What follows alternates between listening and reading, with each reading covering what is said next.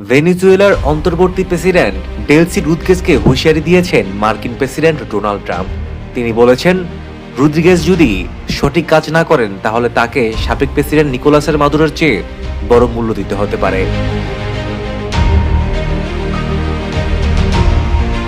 মার্কিন সাময়িকী দ্য আটলান্টিককে দেওয়া এক সাক্ষাৎকারে এই সতর্কবার্তা দেন ট্রাম্প। আল জাজিরা এ তথ্য জানিয়েছে।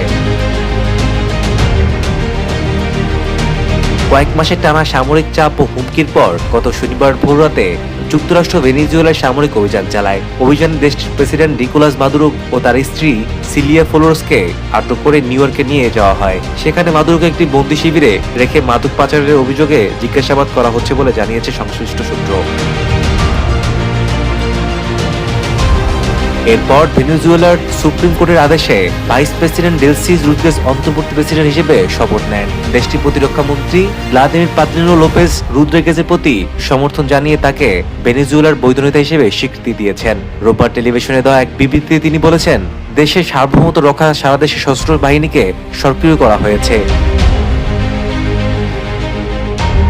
সাক্ষাৎকারে ট্রাম্প দাবি করেন, ওয়াশিংটন ভেনেজুয়েলাকে চালাবে এবং দেশটির বিশাল তেল সম্পদ ব্যবহার করবে, তবে যুক্তরাষ্ট্র কিভাবে তা করবে সে বিষয়ে বিস্তারিত কিছু জানাননি তিনি। আল জাজিরার প্রতিবেদনে বলা হয়, মাদুরোকে আটক করতে মার্কিন অভিযানের বিরোধিতা করায় ডেলসি রুদ্রিগেজকে হুঁশিয়ারি দিয়েছেন ট্রাম্প।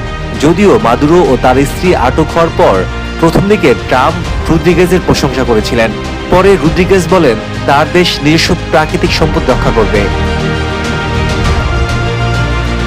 মাদুরোকে শক্তি প্রয়োগ করে আটক করার সিদ্ধান্তের পক্ষে সাফাই গিয়ে ট্রাম্প বলেন, আপনি এটাকে পুনর্গঠন বলুন বা সরকার পরিবর্তন বলুন, যাই বলুন না কেন, বর্তমান পরিস্থিতির চেয়ে এটি ভালো। এর চেয়ে খারাপ হওয়ার সুযোগ নেই।